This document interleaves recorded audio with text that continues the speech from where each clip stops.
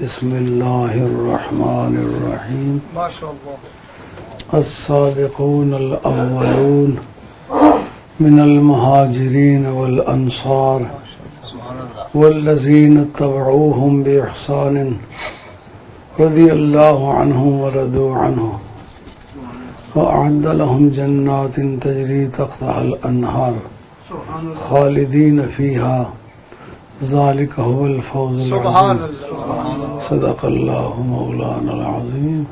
حاضرین کرام،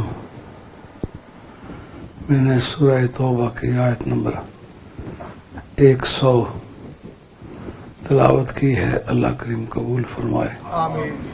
اس میں ذکر ہے کسی اچھے معاملے میں سبقت لے جانے کا کیا نتیجہ ہوتا ہے۔ کیا بات ہے، اچھا ماشاءاللہ۔ اس لیے پوری کتابیں اوائل کے لفظ پر لکھی ہوئی ہیں،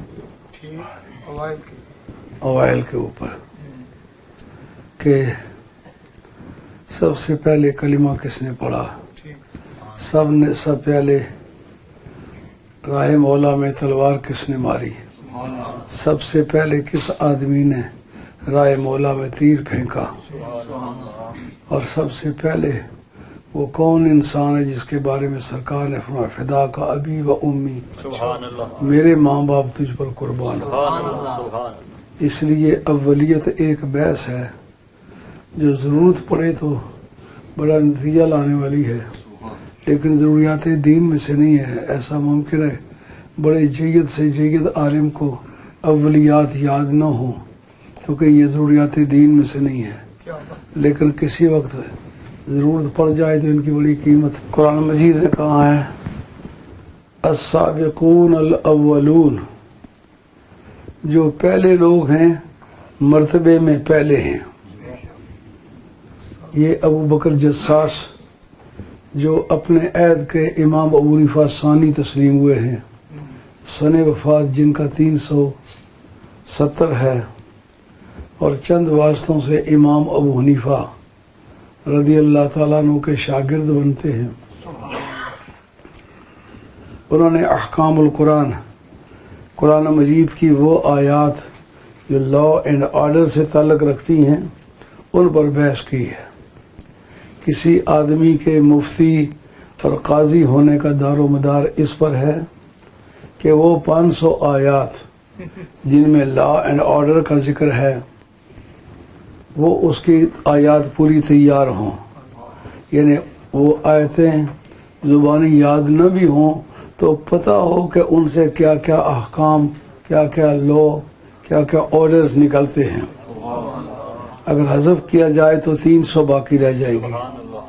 اس طرح 5000 احادیث نبویہ جس میں لا اینڈ آرڈر کا ذکر ہے، legal aspect of the traditional statements of نبی کریم علیہ السلام، سرکار کے ارشادات وہ کتنی تعداد میں ہیں اور کون کون سے ہیں جس میں نبی پاک علیہ السلام نے کچھ کرنے اور کچھ چھوڑنے کا حکم دیا ہے۔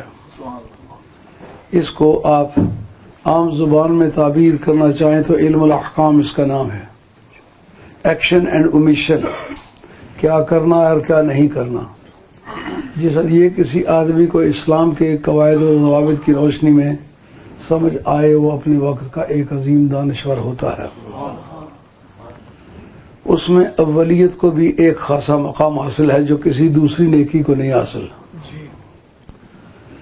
امام ابو بکر جساس کہتے ہیں السابقون مبتدا ہے، یعنی سبجیکٹ آف دا سینٹینس ہے، الاولون جو ہے یہ پریڈیکیٹ آف دا سینٹینس ہے، خبر ہے۔ سابقون جنہوں نے سبقت کی ہے ان کے بارے میں خبر ہے۔ کیا خبر ہے؟ الاولون، وہ مرتبے میں اول ہیں، جو ایمان لانے میں پہلے ہیں، مرتبے میں بھی ان کا ہی مرتبہ پہلے ہے۔ اس پر آگے سیاسی ضرورتوں کے لیے ہزارہ تعویلات کی گئی ہیں، ہزارہ مسئلے استنباط کیے گئے ہیں، مگر اس کو چیلنج کرنا کسی دانشور کے لیے ممکن نہیں ہے۔ کہ وہ کون سے ہیں؟ من المہاجرین والانصار، یہ ترتیب جو بتائی ہے جس کام میں جو پہلے ہے وہ اس معاملے میں ملنے والے مرتبے میں بھی پہلے مرتبے کا انسان ہے۔ جس نے راہ مولا میں مال پہلے خرچ کیا ہے، مال خرچ کرنے والوں میں پہلا درجہ اسی کا ہوگا جس نے ابتدا کی ہے۔ ایمان کے چیپٹر میں جس آدمی نے ایمان لانے میں پہل کی ہے، مرتبے میں بھی وہی پہلے ہے۔ وہ کون کون سے لوگ ہیں اور کب تک یہ قاعدہ جاری رہے گا؟ کہا من المہاجرین والانصار، جو وطن چھوڑ کے آئے ہیں، پردیسی مسافر ہیں، قانون کی نظروں میں ان کا یہی مرتبہ ہے، یہی استحقاق ہے۔ یعنی جس نے ہجرت میں پہل کی، مہاجرین میں پہلے درجہ کا مہاجر وہی ہے۔ مہاجرین میں ہاں، ماشاءاللہ۔ اگر کسی آدمی نے پہلی مرتبہ راہ مولا میں تلوار اٹھائی ہے تو مجاہدین میں سب سے پہلے درجہ کا بندہ وہی ہوگا۔ اللہ حاضر قیاس۔ اسی طرح قرآن مجید حفظ کیا ہے، جس نے پہلے حفظ کیا ہے وہ باقیوں کا اصل میں وہی ٹیچر ہے، اس نے راستہ بتلایا ہے کہ یہ طریقہ ہے قرآن کو ضبط کرنے کا۔ وہ کون کون سے لوگ ہیں؟ من المہاجرین والانصار، جو ہجرت کر کے آئے ہیں، پردیسی، رہنے کا ان کے پاس مکان نہیں، کھانے کی روٹی نہیں، پہننے کا کپڑا نہیں، استعمال کا جوتا نہیں، اور 3 کپڑے ان کو میسر نہیں۔ ایک چادر ہے جو کمر سے بھی باندھی ہوئی ہے، آدھی اوپر لپیٹی ہوئی ہے۔ راستے میں چلتے وقت اپنی چادر کے سامنے دونوں پلو پکڑ کے تو وہ چلتے کہ ننگے نہ ہو جائیں۔ ان حالات سے گزرے جا رہے ہیں، خواہ کوئی محلے مقرنس میں کیوں نہیں بیٹھا ہوا، کتنی بڑے شاندار محلات کی ہوائیں کیوں نہیں کھا رہا، ان پھٹے ہوئے کپڑوں والوں کو پہلا درجہ ملے گا۔ اور فرمایا وہ مہاجرین میں سے بھی ہیں، انصار، جنہوں نے یہاں بیٹھ کے نہ صرف نبی پاک کے دکھوں میں حصہ لیا بلکہ ان کی غربت میں حصہ لیا۔ زمینیں جس کے پاس 1 کنال تھی، اس نے 10 مرلے ان کو دے دی، 10 مرلے رکھ لی۔ جو جائیداد تھی، زمینیں تھیں، مکان تھے، نصف کے قاعدے کے مطابق ان کو بانٹ کے صحابہ کو دیے، اور نبی پاک علیہ السلام کو ذہنی طور پر خوشحال کیا۔ تو ان لوگوں کو بھی اس معاملے میں پہلا ہی درجہ حاصل ہے۔ والذین اتبعوہم باحسان، اس کے بعد قیامت تک جو آئیں گے، جو اس فارمولے پر عمل کریں گے، اسی فارمولے کے مطابق ان کی کلاسیفیکیشن ہوگی، ان کو مرتبہ دیا جائے گا۔ جو جس نیکی میں پہل کرتا ہے اس میں وہ بنیاد سمجھا جائے گا، اور بعد میں اس کے جو آنے والے وہ شاگرد اور فالور مانے جائیں گے، اس کے مرتبے کو وہ کبھی نہیں پہنچ سکیں گے۔ اس اصول کے مطابق فرمایا اللہ کریم رضی اللہ عنہم ورضوا عنہ، قرآن نے بیان کیا ہے جس وقت جنت میں اہل جنت ہوں گے، رب ان سے پوچھے گا بتاؤ جنت کی نعمتوں میں کچھ کمی ہے؟ نہ کہ کوئی کمی نہیں، ہر طرح کی نعمتیں موجود ہیں۔ رب فرماتے ہیں کہ اس کے بعد تمہیں میں ایک ایسی نعمت دینے والا ہوں جو جنت کی فضاؤں میں بھی میسر نہیں ہے۔ تو کیا رضوان من اللہ، اللہ کا راضی نامہ، میں راضی ہوں۔ آج میں اپنی خوشی کا سرٹیفکیٹ تمہیں دیتا ہوں، لیکن یہ تو مرنے، برزخ سے گزرنے، قیامت کے حساب و کتاب سے گزرنے اور پل صراط کی تلخیاں دیکھنے کے بعد جنت میں جب پہنچے گا، بعد میں رضا الہی کا سرٹیفکیٹ ملے گا۔ فرمایا اس کا ایک ڈائریکٹ میتھڈالوجی یہ بھی ہے، جو میرے یار کے معاملات میں کوئی ایسا کام آیا جو موجب اجر و جزا ہے، اس میں جو پہل کر جائے گا سب سے پہلا مرتبہ بھی اس کو ملے گا، اور قیامت تک اس راستے پر چلنے والے جتنے راہی ہیں سب کے برابر اس اکیلے کو جائے گا۔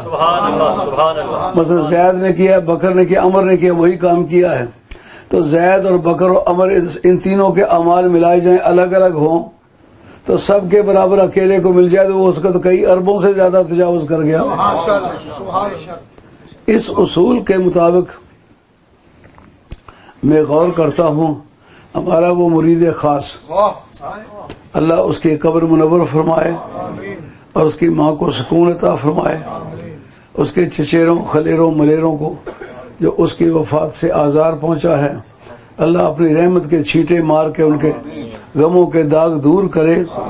اس آدمی نے ایک پہل کی ہے، اس ملک میں جب آیا ہوں تو اس وقت خارجیوں کی تعداد اتنی تھی جو اچھے اچھے پیر تھے، سبحان اللہ، اور کھالوں کے موقع پر کہتے تھے علی کے نام کی کھالیں دے دو، صحیح ہے، حسین کے نام کی کھالیں دے دو، حسن کے نام کی کھالیں دے دو، علی اور فاطمہ کے نام کے کھالیں دے دو، سرکار کے نام۔ پورا سال تو پنجتن پاک میں سے کسی کا نام نہیں لینے دیتے تھے، صرف قربانی کی کھالوں کے وقت میں پنجتن پاک یاد آتے تھے۔ اس معاملے میں اس میرے بچے مرید نے پہل کی ہے، ہر اکھاڑے میں علی کا نعرہ اتنا دندنا کے مارا ہے۔ اب اس پر غور کرنے کی ضرورت ہے۔ اب اس ملک میں قیامت تک جو نعرے لگیں گے علی کے، اس کا براہ راست کریڈٹ اس آدمی کو جائے گا۔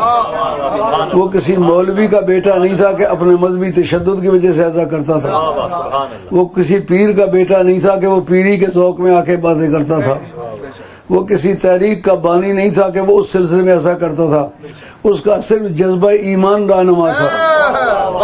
سبحان اللہ، اور یہ بات ایسی تھی جو سنت ہے نبی پاک علیہ السلام کی، سنت تقریری بھی ہے اور سنت بیانیہ بھی ہے۔ نبی پاک علیہ السلام کی سنتوں میں سے ایک سنت ہے جس کو تقریری آپ کہہ سکتے ہیں، ایک وہ ہے جو عملی ہے، اور ایک وہ ہے جو سرکار نے زبان سے بیان کی ہے، ایک وہ ہے جو سرکار کے سامنے کی گئی، سرکار نے منع نہیں کیا، وہ بھی سنت رسول صلی اللہ علیہ وسلم ہے۔ اور یہ بات بڑے برملا طور پر بانگ دہل کے ہی جا سکتی ہے کہ عالم اسلام میں اللہ کے نعرے کے بعد، رسول اللہ کے نعرے کے بعد سب سے پہلا اور آخری نعرہ علی کا نعرہ لگا۔ اس میں یہ میری بات جو ہے یہ براہ راست جاری ہے، دنیا سن رہی ہے، اور میں جانتا ہوں کہ میں مولویوں میں سے کسی کا چچیرا نہیں لگتا ہوں، کسی کا ملیرا نہیں لگتا ہوں۔ تو سید اگر ہاتھ آ جائے تو مولوی غنیمت سمجھتے ہیں، وہ سمجھتے ہیں سید کا انکار کرنا یہ سنتوں میں سے ہے۔ یہ پتہ نہیں سنتوں نے کہاں سے نکالی ہے، قرآن اور حدیث سے تو یہ سنت نہیں ملتی۔ حضور نبی کریم علیہ الصلوۃ والسلام کا تو ارشاد ہے، جن کو قابل تقلید چیزیں سمجھ کے چھوڑ رہا ہوں وہ دو ہیں، ایک قرآن ہے اور ایک آل بیت ہے۔ سرکار نے تو قرآن کو بھی مقتدا بنا کے چھوڑا ہے، اہل بیت کو بھی typical example to be followed, ایسا نمونہ چھوڑا ہے جس کی پیروی کی جائے۔ پتہ نہیں اس وقت کیا کوئی ہوا لگ گئی ہے ایسی کہ سید سے بغض کرنا یہ مولوی کے فرائض منصبی میں سے ہے۔ تو مجھ سے پہلے جب میں یہاں آیا ہوں تو نعرہ علی پر سخت پابندی تھی، بڑی بڑی داڑھیوں والے، ان کے نام کے چندے مانگنے والے ان کا نام نہیں لیتے تھے۔ اب وہ نبی کریم علیہ السلام کی سنت ثابت کرنے کے لیے سید محب الدین تبری آپ کی ریاض النظرہ اور میدان بدر، پہلی مرتبہ یہ نعرہ بدر شریف میں لگا اور سرکار کی موجودگی میں لگا۔ لگانے والا کون تھا؟ داروغہ جنت رضوان۔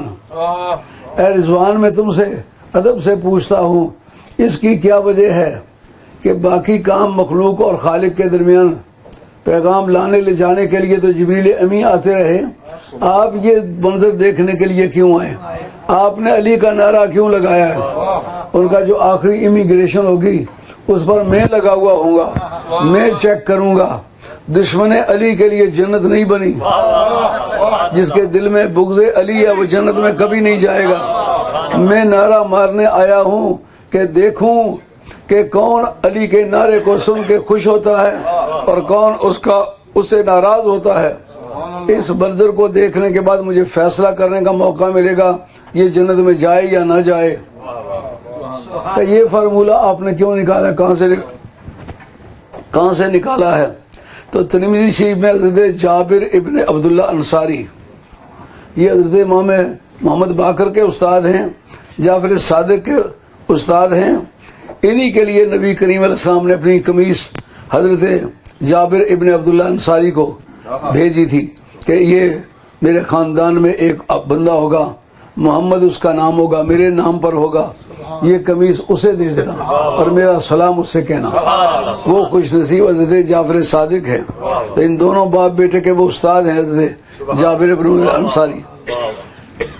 جیسا کہ ہندوستان میں ہم نے چند ویڈیو منگوائے ہیں، انہوں میں بڑے بڑے اکابر آستانوں کے پیران طریقت نے ویڈیو بھیجے ہیں جنہوں نے کہا کہ پہلے ہم لوگ خارجیوں کو پہچاننے میں دقت نہیں محسوس کرتے تھے کیونکہ وہ انگوٹھے بھی نہیں چومتے تھے سرکار کے نام پر، سرکار کو نور بھی نہیں کہتے تھے، کھڑے ہو کے سلام بھی نہیں پڑھتے تھے، اور یا رسول اللہ سے بھی منع کرتے تھے۔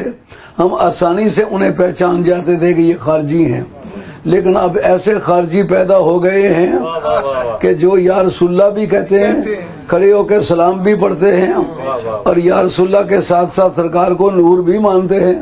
یہ ساری باتیں کرتے ہیں لیکن ہیں پکے خارجی۔ علی کا نام لو جل جاتے ہیں، اولاد علی اور اولاد فاطمہ کا نام لے لو کوئی نہ کوئی برا کلمہ اس کے لیے تجویز کرتے ہیں۔ وہ اپنی جماعت کا نام لیا، کہا وہ اہل سنت کی مشہور جماعت ہے جس نے یہ کھڑی کی ہے، ہیں وہ پکے خارجی، کہلاتے پکے سنی ہیں۔ اس بات کا انکشاف سرکار کی بارگاہ میں پہلی مرتبہ ہوا تھا، کہ جب کپڑے ایک جیسے ہیں، بال ایک جیسے ہیں، داڑیاں ایک جیسی ہیں، پانچے ایک طرح سے اٹھے ہوئے ہیں اور سر ایک طرح سے ٹنڈ کیے ہوئے ہیں، تو پھر کس طرح فیصلہ ہو یہ عقیدے کے اعتبار سے کون ہے؟ عقیدہ تو اندر کا راز ہے، تو عقیدے کا دار و مدار حب علی پر ہے۔ ہمارے عقائد کی کتابوں نے لکھا ہے کہ اہل بیت کی محبت جو وہ سنت رسول نہیں ہے، وہ فرض شخصی ہے، شخص پر فرض ہے۔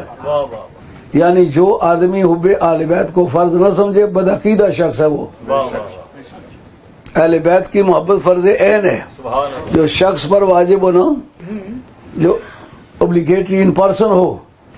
ایک ہے کلیکٹیو اوبلیگیٹری، یہ کلیکٹیو اوبلیگیٹری نہیں ہے کہ بعض اگر اس سے پیار کریں تو باقی نہ بھی کریں تو گزارا چل جائے گا۔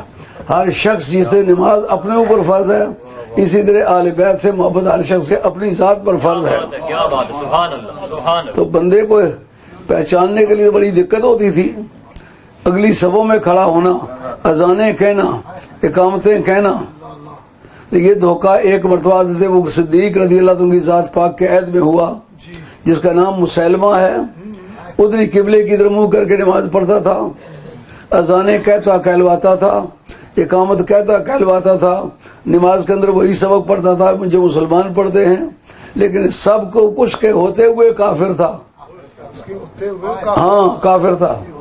اس کا مطلب یہ ہے کہ کوئی بھی فرض قطعی جو ہے اگر اس کا انکار کرے تو کافر ہے۔ ختم نبوت جو ہے نبی پاک علیہ السلام کے بارے میں فرض قطعی ہے، اس میں کوئی شک و شبہ نہیں، کہ سب کچھ مانتا ہے پر صرف ایک آئٹم ہے اور وہ عقیدے سے تعلق رکھتا ہے۔ عمل کہتے ہیں، عمل بڑی چیز ہے۔ عمل کے میدان میں تو مسیلمۃ الکذاب تم سے آگے تھا، اس کو کافر تم نے کیوں کہا؟ ابو بکر صدیق رضی اللہ عنہ یہ عقیدہ دیا، ساری باتوں کو مانے لیکن اسلام کے ایک فریضے کا جو قطعی ہے، اٹل ہے، اس کا انکار کرے تو کافر ہے۔ کس طرح فیصلہ ہو یہ اندر سے کیسا ہے؟ کہ اندر کا آپریشن تو ڈاکٹر کریں، کہا اندر جانے کی ضرورت نہیں، نعرہ حیدری لگاؤ، کنا نعرف المنافقین ببغضہم علیہ۔ ہم جب منافقوں کو پہچان نہیں سکتے تو علی مرزا کا نعرہ مارتے تھے۔ آپ کسی بڑی سے بڑی مجلس میں جا کے نعرہ علی لگائیں تو جو چین بجے بھی ہو جائیں گے، قریب ہو کے عقیدہ معلوم کرے تو بیچ میں سے مریض ہیں۔ داروغہ جنت اس لیے آئے، ان کا اس جگہ پہچان کرنے میں دقت ہوگی، آج نعرہ لگا کے فیصلہ کر لوں کہ کس کو نعرہ حیدری سے مسرت ہوئی ہے۔ سرکار کی موجودگی میں یہ نعرہ لگایا نا، یہ حدیث تقریری ہے، حدیث قولی، حدیث فعلی، حدیث تقریری۔ اس کو حدیث تقریری کہتے ہیں کہ کوئی کام سرکار کی بارگاہ میں کیا گیا، سرکار نے اسے دیکھا، منع نہیں کیا، وہ حدیث تقریری ہے۔ نعرہ لگایا گیا، مارنے والا داروغہ جنت ہے، معلوم ہے جس نے جنت کے گیٹ کھولنے ہیں اور امیگریشن چیک کرنی ہے، پہلی چیکنگ ہوگی پل صراط پر۔ اعلیٰ حضرت فاضل بریلوی رحمۃ اللہ القمرین کتاب لکھی ہے، میرے پاس وہ کلمی نسخہ آپ کا موجود ہے جو لکھنے کے وقت تھا، اس کے صفحہ 27 پر ہے، وہ کون ہے جس کے نام کا ویزا دیکھا جائے گا، پرسرات پر جس کے نعرے لگیں گے. یار اعلیٰ حضرت جن کو تو اپنا پیشوا مانتے ہو وہ تو پرسرات پر بھی علی کے نعرے لگانے کے مدعی ہیں. وہ کون ہے جس کے نعرے پرسرات پر لگیں گے؟ یار 1,24,000 سے کم و بیش صحابہ کرام کسی کے نام کی بھی وہاں پڑتال نہ ہونا، علی کے نام کی پڑتال ہونا، یہ ضروریات دین میں بنے گا کہ نہیں بنے گا؟ قیامت میں پوچھ ہونا یا قبر میں پوچھ ہونا، یہ بھی ضروریات دین کے علامات میں سے ہے. اب جناب کے حضور کے سامنے نعرہ لگا، حضور نے منع نہیں کیا. پہلا موقع سنت تو ثابت ہوا. اب جو علی کا نعرہ روکتا رہا وہ کہتا میں شیعہ کی مخالفت کی وجہ سے روکتا ہوں، کل تم وہابیوں کی مخالفت کی وجہ سے کلمہ روک دو. کہا یہ وہابی خدا کو ایک کہتے اس لیے میں وہ ایک کا معنی دینے والا کلمہ جو بند کرتا ہوں. یہ نیت میں پلیدی ہے. اصل میں وہ حق چار یار نہیں نعرہ مارنا چاہتا، نعرہ حیدری کو روکنا چاہتا ہے. حضرت مولا مرتضیٰ نے دیکھا ایک مرتبہ کہ سحری کا وقت ہے، شیطان نے آ کے جگایا کہ علی تہجد پڑھ لو. میں نے کہا بھائی ایمان تو لوگوں کو سلانے کی عادت رکھتا ہے، جگانے کا مزاج تو تیرا نہیں ہے. یہ کہاں سے بات سمجھی ہے؟ یہ کس حادثے سے اس مصیبت میں مبتلا ہوئے ہو؟ مجھے تہجدوں کے لیے جگایا. ان کا کل آپ کے تہجد قضا ہو گئے تھے، سارا دن آپ روتے رہے، اللہ تعالیٰ نے وہ سارا دن جو ہے تہجدوں میں لکھ دیا. میں نے کہا چلو 10:30 جگا دو، اتنا ہی تہجد کا ثواب ملے جتنا پڑھے، سارا دن تو تہجدوں میں نہ گزرے. کہا بے ایمان نیکی بھی کی ہے تو بے ایمانی کی غرض سے کی ہے. اگر تم شیعہ کو روکنا بھی چاہتے ہو تو ہے ارادہ تمہارا بے ایمانی کا ہے. علی کا صرف شیعہ سے تعلق سمجھنا یہ تو مومن کا کام نہیں. کلمہ پڑھنے والا اس بات کا پابند ہے کہ علی کو علی سمجھے، پیغمبر پاک کو پیغمبر پاک سمجھے. حدیث ثقلین اگر وہ خبر واحد بھی ہے تو تلقی بالقبول. بخاری شریف کا 95% جو ہے وہ تواتر کو نہیں پہنچتا، لیکن وہ اس کو کیوں تسلیم کر لیا کہ تلقی بالقبول. تلقی بالقبول اس بات کا نام ہے کہ مسلمان اس کو خوشی سے قبول کرتے چلے آئے. حدیث ثقلین کے مطلب بتاؤ اولیاء اللہ میں کتنے بندے اس کے منکر گزرے ہیں؟ اہل سنت میں بتاؤ کتنے اس کے منکر گزرے ہیں؟ اگر منکر گزرا ہے تو صرف خارجی گزرا ہے، تو خارجی کا کسی بات کو برا سمجھنا یہ سند ہے نہیں. اب جناب اس سے آگے چلیے. احد کا میدان آیا. احد کا میدان بھی ایک بڑی غیرت کی آزمائش کا وقت تھا. جب گھر سے چلے تو 1000 تھے، 300 منافقین راستے میں واپس آ گئے، 700 وہاں پہنچے.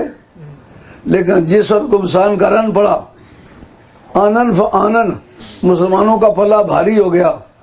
اور جس قوم کو درے پر بٹھایا تھا مریں یا مار ڈالیں، تم نے یہ درہ نہیں چھوڑنا تھا، حکم ثانی یہاں رہو. لیکن جب دیکھا مال لٹا جا رہا ہے تو انہوں نے دیکھا کہ ہم پیچھے رہ جائیں گے تو ہمیں تو مال نہیں ملے گا. وہ درہ چھوڑ کے آ گئے، لوٹنے میں شریک ہو گئے. تو اللہ کریم نے قرآن مجید میں اس فلسفی کو بیان کیا. کہا تمہیں جس وجہ سے ہم نے غلبہ عطا فرمایا تھا وہ سرکار کی غلامی اور اطاعت تھی.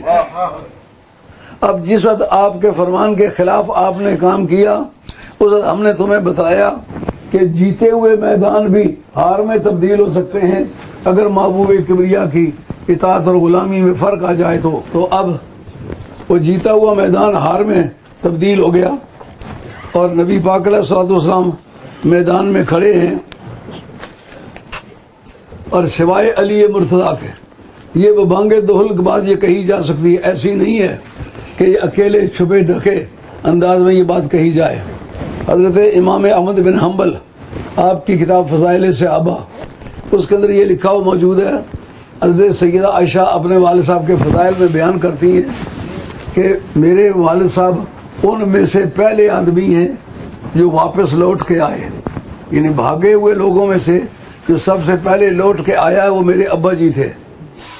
واپس لوٹ کے آنا بھی جرت کا کام ہے، لیکن وہ کہتے ہیں جب میں واپس آیا تو رأیت رجلا یقاتل دونہ صلی اللہ علیہ وسلم، میں نے ایک مرد دیکھا جو سرکار کے گردا گرد لڑ رہا تھا. یار ساری دنیا چھوڑ کے چلی گئی تھی، جو ایک مرد لڑ رہا تھا احد کے میدان میں، وہ نامی گرامی بندہ ہوا ہوگا، مان لیتے ہیں وہ ایک مرد ہی ہے۔ لیکن حضرت ابراہیم قندوز جو افغانستان کا شمال مغربی آخری ضلع ہے، اس کا نام ہے قندوز کے رہنے والے ایک سید صاحب گزرے ہیں، سید ابراہیم قندوزی۔ اس کے حوالہ جات دربار عالیہ گولڑا شریف جو میرے منیر لکھی گئی ہے، اس میں جو اہل بیت کے فضائل کی معتبر کتابیں ہیں، اس میں اس کا بھی نام ہے۔ اعلیٰ حضرت فاضل بریلوی رحمۃ اللہ نے بھی اس کا نام لیا ہے، اور اس کے علاوہ بڑے بڑے چوٹی کے اکابر نے اس کا ذکر کیا ہے۔ ابراہیم قندوزی لکھتے ہیں کہ سرکار کا فرمان ہے کہ حضرت حیدر کرار کی ایک نیکی جو احد کے میدان میں ڈٹا کھڑا رہا ہے، ساری دنیا چھوڑ کے چلی گئی، علی نہیں گیا۔ اور پوری امت کے اعمال ایک ترازو پر، علی کا یہ ایک عمل ایک ترازو پر، علی کا ایک عمل زیادہ وزنی ہے۔ اس طرح کے کلمات سرکار نے صرف مولا مرتضیٰ کے لیے 2 مرتبہ فرمائے ہیں۔ ایک مرتبہ اس وقت جب عمر ابن عبد بدھ کو تلوار ماری، جمپ مار کے، پہلے آپ نے کیج کی کشتی لڑی، دشمن کا آدمی آیا، اسے گھوڑا خدا کے خندق کو پار کرنا چاہا، پار نہ جا سکا، گھوڑا بیچ میں گر گیا۔ مولا مرزا نے دیکھا کہ دشمن کے خندق میں گر گیا ہے، چھلانگ لگا کے پیچھے چلے گئے۔ یار ایک آدمی ایک کے مقابلے میں ایسی جگہ چلا جائے جہاں بھاگنے کا کوئی راستہ نہیں، بچنے مچانے کا کوئی راستہ نہیں، ڈیفنس کی کوئی صورت نہیں، یہ وہ چھلانگ لگائے گا جس کو ازل سے یہ سرٹیفکیٹ ملا ہوا ہے کہ کوئی بھی ہو علی تجھ پر غالب نہیں ہو سکتا۔ یہ کیج کی کشتی کا پہلا نمونہ ہے۔ اب نہ اس کا کوئی دوست حمایت کر سکے، نہ ان کا کوئی دوست حمایت کر سکے۔ پیچھے چلے گئے، جب وہاں پہنچے اس کو کہتے ہیں سنبھل جا، سنبھلنے کا موقع دیا۔ وہ کہتا علی تو وار کر، ان کا علی کے وار آگے گواہ ہیں کہ جس جگہ علی نے وار کیا جوابی وار نہیں آیا، اس نے جان سنبھالی، اور مولا مرزا نے وار کیا، 2 ٹکڑے کر کے پھینک دیے، جمپ کر کے باہر آ گئے۔ جس وقت باہر آئے تو عمر ابن عبد بدھ وہ شخص تھا جو پوری زندگی میں کسی سے گرا نہیں، اور اس میں عرب تھا، خیبر کا رہنے والا تھا، مگر دنیا مانتی تھی کہ خیبر کے برابر کا جوان کوئی نہیں ہے۔ جب مولا مرزا نے سامنا کیا سرکار کا، سرکار فرماتے ہیں علی یہ دیکھ للکار رہا ہے، کیا کہہ رہا ہے؟ کہا کون ہے تمہیں سے جو جلدی جنت میں جانا چاہے؟ یہ طنز کر رہا تھا کون ہے جس کو شہید کیا جائے کہ جلدی جنت میں چل جائے۔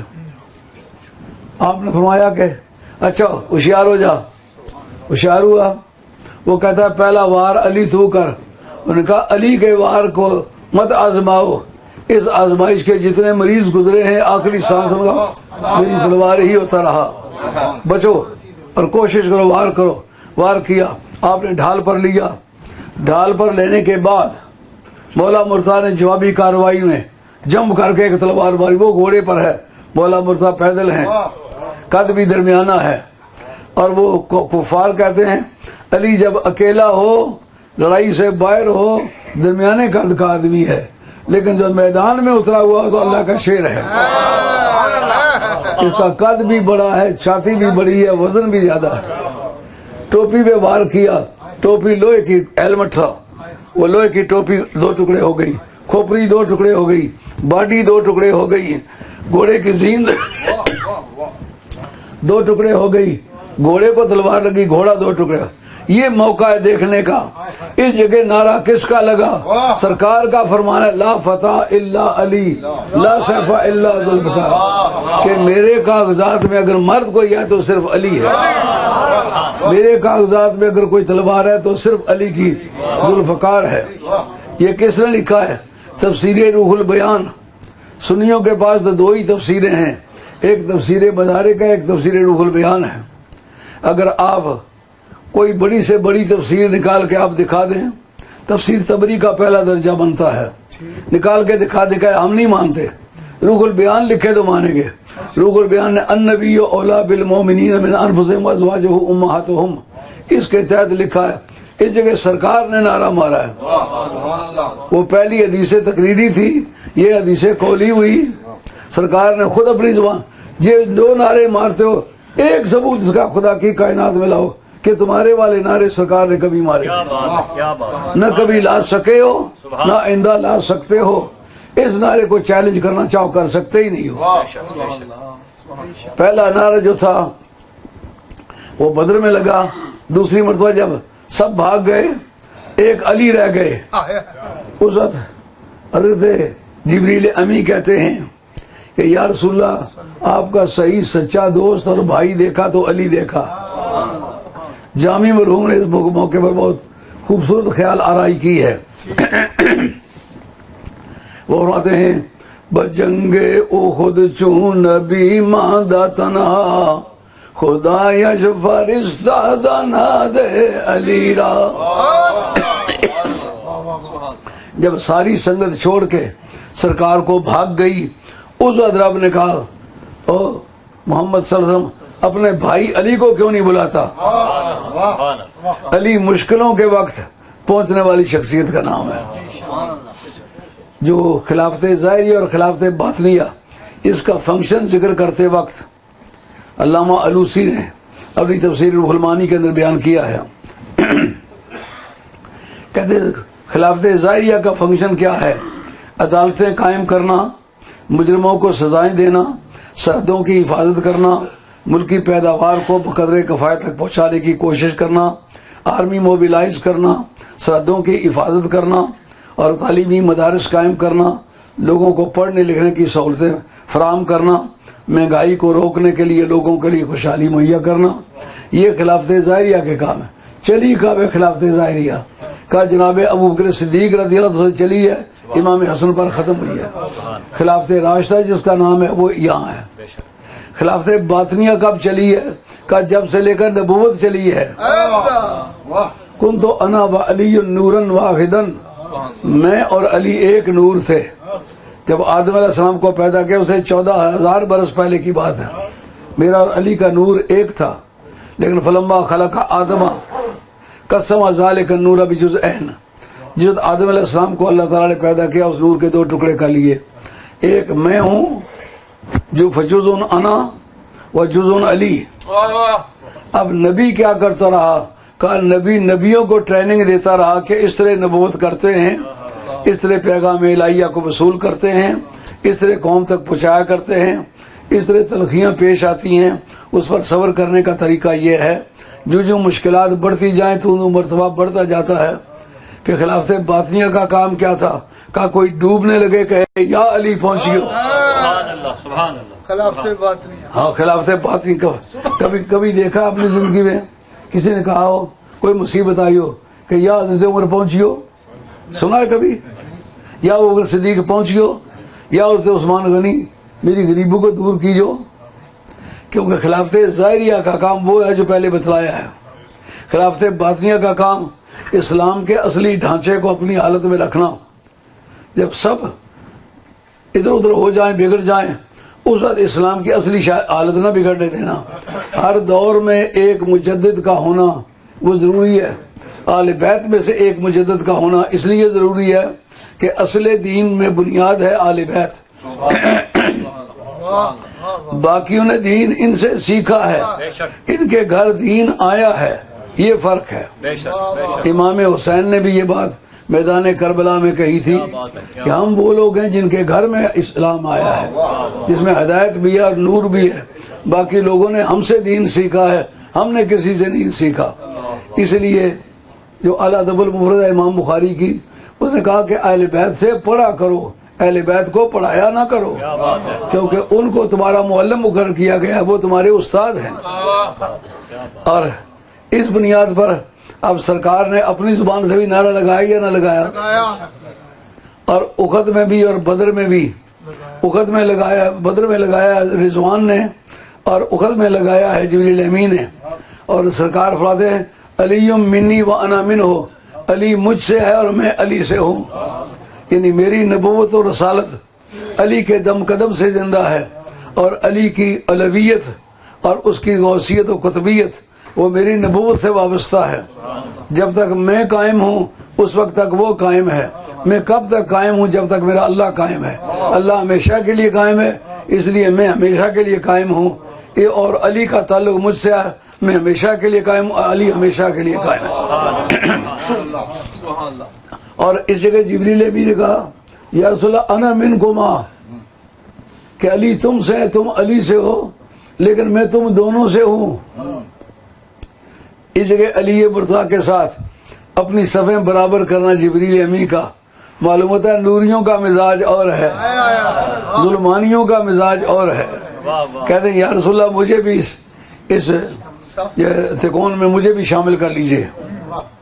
تو اس بنیاد پر یہ بات بھی ثابت ہو گئی کہ رضوان نے بھی نعرہ مارا ہے، جبریل نے بھی مارا ہے، سرکار نے بھی مارا ہے، اب روکا کس نے ہے؟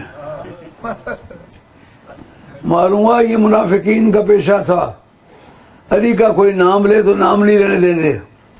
اور ایک مرتبہ خیبر کے میدان میں جس وقت حضرت ابوبکر صدیق گئے کامیابی نہ ہوئی، فاروق اعظم گئے کامیابی نہ ہوئی، چوٹی چوٹی کے جنگی جرنیل میدان خیبر میں اترے لیکن کچھ نہ بنا، اور آخر سرکار دو عالم صاحب ایک شام کو فرمانے لگے لَأُوتِيَنَّ الرَّائِيَةَ غَدًا رَجُلًا يُحِبُّ اللَّهَ وَرَسُولَهُ وَيُحِبُّهُ اللَّهُ وَرَسُولُهُ، کل میں اس کو جھنڈا دوں گا کہ جو اللہ سے پیار کرتا ہے، اس کے رسول سے پیار کرتا ہے، اور اللہ اس کا رسول بھی اس سے سچا پیار کرتا ہے، اس کے ہاتھ پر خیبر فتح ہوگا۔